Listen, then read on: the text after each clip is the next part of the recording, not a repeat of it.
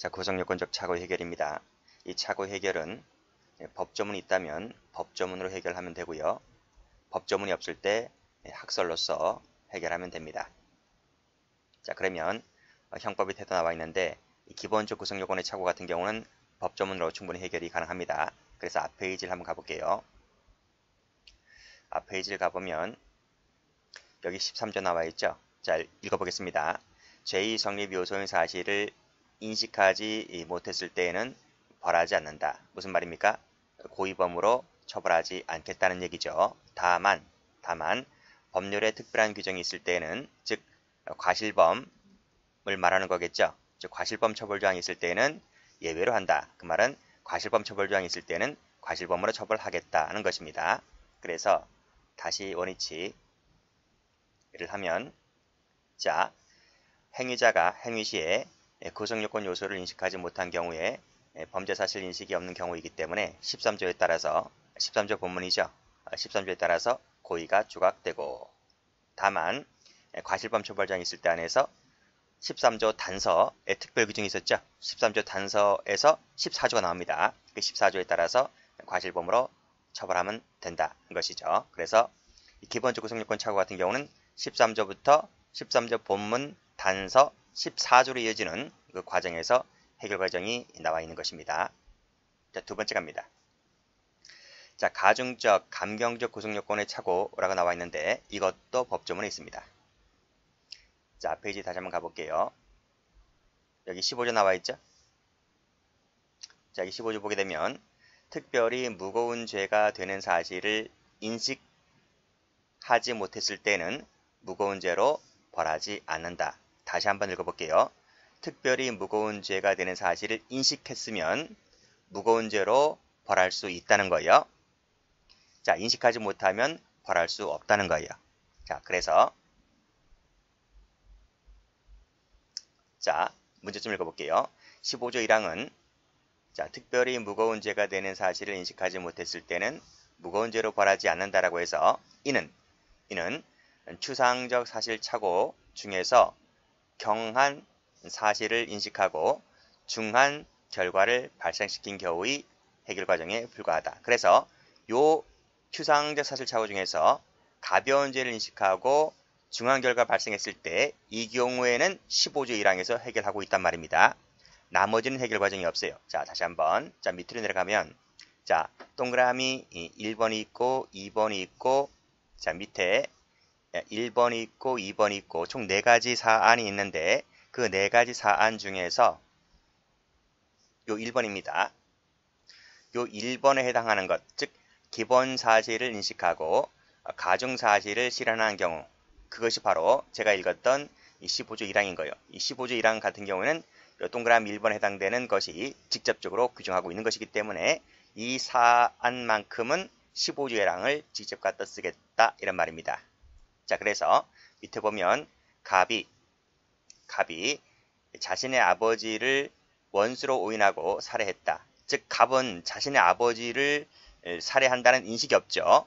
그렇죠? 인식이 없는데 결과는 이제 아버지를 살인하게 된 결과에 이른 거죠. 그래서 기본 사실을 인식하고 가중 사실을 실현했다라고 했을 때 아버지를 죽인다라고 하는 부분에 대한 인식이 없기 때문에 아버지에 대한 살인죄는 되지 않고 15조 1항에 따라서 보통 살인죄만 될 뿐이다. 이런 말입니다. 이해되시겠죠? 자, 여기서 노트 펴봅니다. 자, 노트를 펴보면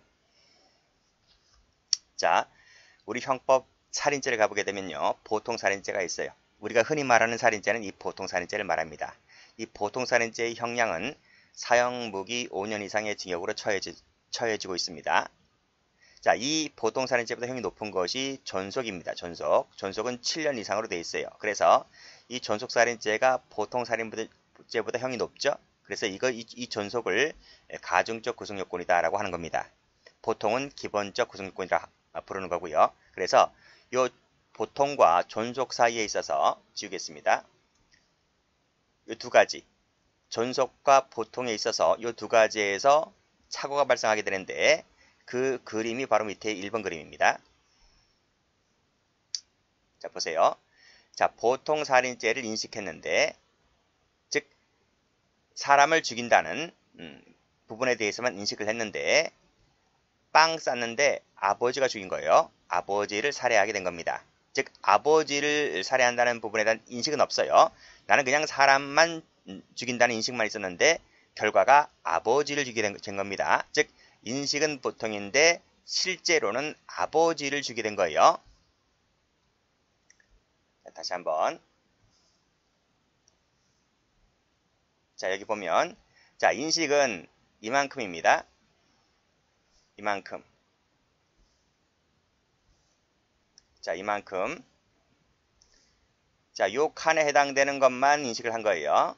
인식을 하게 됐는데 결과는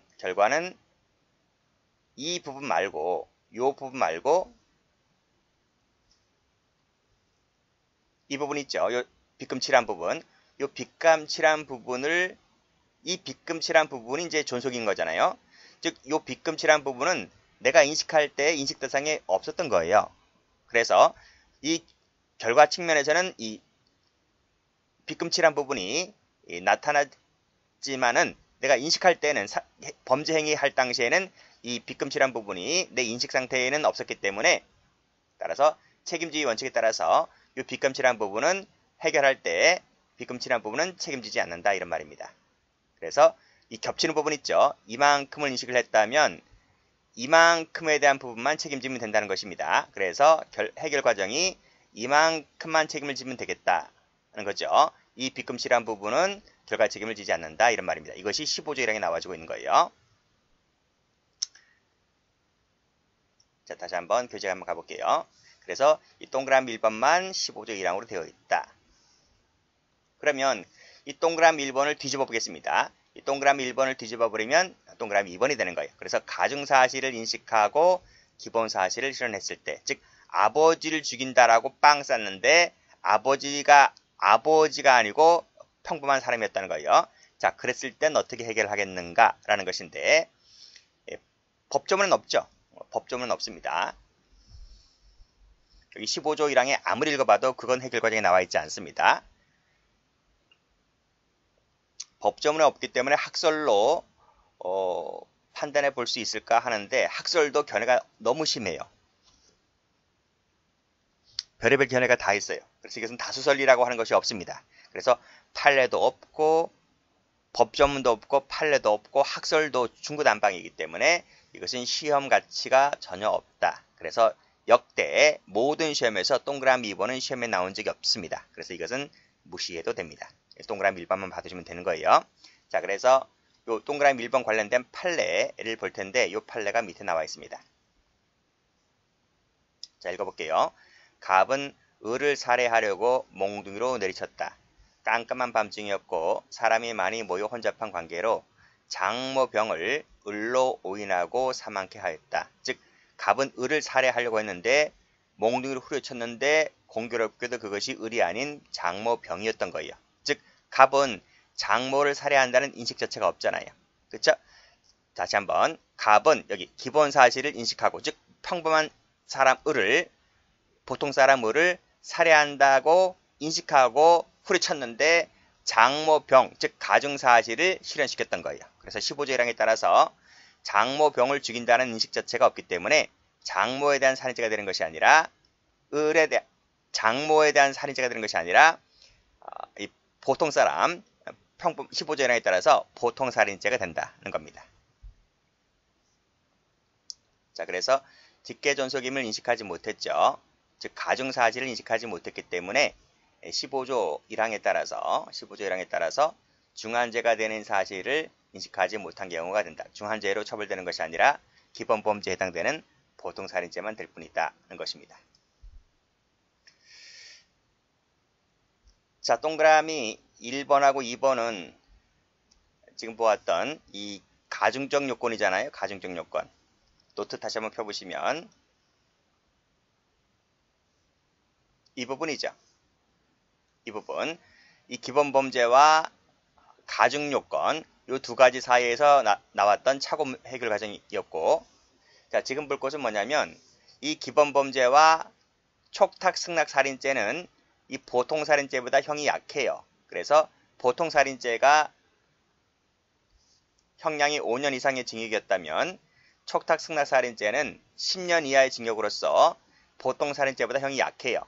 약합니다. 그래서 이 촉탁승낙살인죄를 감경적 구속요건이다 라고 하는 거예요. 착오는 여기서도 착오 발생했지만 착오는 여기서도 나올 수 있다는 거예요.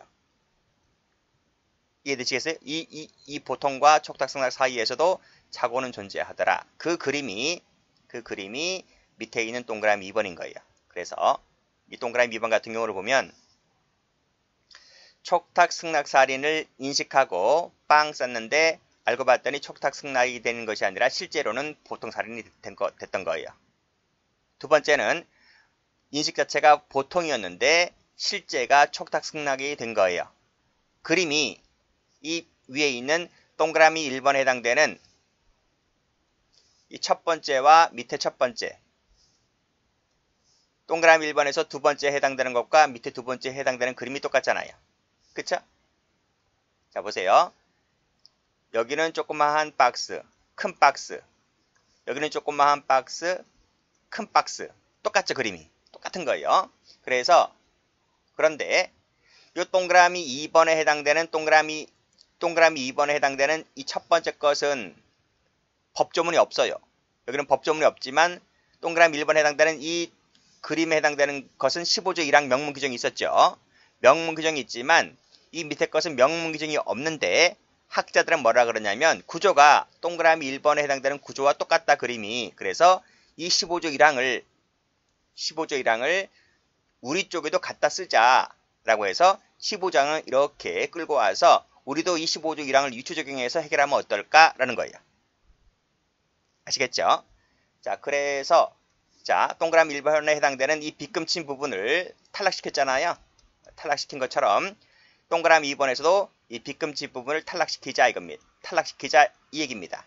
그래서 이 부분은 책임지지 않고 나는 이 처음에 인식했던 촉탁승낙살인죄에 해당되는 것만 쭉 끌고 와서 여기서 촉탁승낙살인죄로 처벌받자 이런 말입니다.